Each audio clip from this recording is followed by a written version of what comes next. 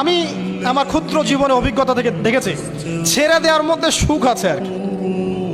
মনে করেন কেউ আপনাকে গালি দিয়েছে, তো আপনি অনেস্ট, আপনি সৎ এবং আপনি কোনো অন্যায় করেন, আপনি মাজলুম, তারপরেও আল্লাহর সন্তুষ্টির জন্য ছেড়ে দিলে, আচ্ছা ছাড়, কিছু দিচ্ছে বাদ, ওকে কিছু বললাম না, ছেড়ে দিন। এই ছেড়ে দেওয়ার মধ্যে যে এত সুখ, এটা আপনি বুঝতে পারবেন না। এই সুখটা উপলব্ধি করেছেন স্বয়ং রাসূল সাল্লাল্লাহু আলাইহি ওয়াসাল্লাম। মক্কা বিজয় দিন ওই যে বহু মানুষ এসে কি বলেছিল, ভয়ে কাঁপছে যে রাসূল সাল্লাল্লাহু আলাইহি ওয়াসাল্লাম তাদেরকে আবার মৃত্যুদণ্ড দেন কিনা, আছে না? আল্লাহ নবী বললেন যে লা তাসরিবা আলাইকুমুল ইয়াউমা, তোমাদের উপর আজকে আমার কোনো অভিযোগ নাই, ওয়া আনতুমুত তুলাকা, তোমরা মুক্ত, যাও, ছেড়ে দিন। এটা শান্তি।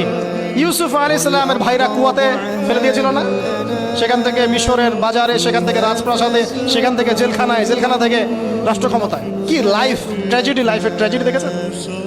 এখন ইউসুফ আলাইহিস সালাম যখন শেষে ভাইদেরকে চিনলেন, তিনি কি ভাইদের প্রতি প্রতিশোধ নিয়েছেন?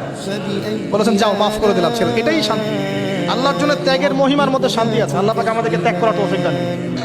তাই বলে সব জায়গায় আবার ত্যাগ করা যাবে না, এটাও মাথায় রাখতে হবে। বুঝতে পারছেন না কথা? মনে করেন যে আপনার পরিবারে আপনার বোনকে কেউ টিস করেছে, নাউজুবিল্লাহ, ছেড়ে দিব?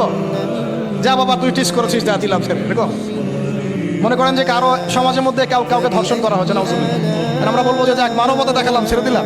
ইসলাম তো মানবতা ধর্ম, যাও, ছেড়ে দিলাম, বললাম, বললে হবে? সব জায়গায় ইসলাম মানবতা শেখায় নাই, কারণ কোন কোন জায়গায় মানবতা না শেখানোটাই ফরজ। একজন চোরের উপর আপনি কি মানবতা দেখাবেন? একজন ধর্ষকের উপর আপনি কি মানবতা দেখাবেন যে আরো ধর্ষণ কর বাবা, যা, উৎসাহ দিবেন? একজন খুনি, আপনি কি তাকে মানবতা দেখাবেন না ফাঁসি দিবেন? তো এই যে কিছু মানুষ এখন বলে ইসলাম মানে শান্তি, আর শান্তি মানে শান্তির সুবাতাস করছে। ওরা ওই যে ইসলাম থেকে বদর, উহুদ, খন্দক, খায়বার সব কাট করে ফেলছে। এগুলো ইসলামে নাই। ইসলামে শুধু আছে সালাম, সালাম, আফসুস সালাম, খালি সালাম দিবা আর তোমরা কি করবো, খাবার খাওয়াবা, ব্যাস।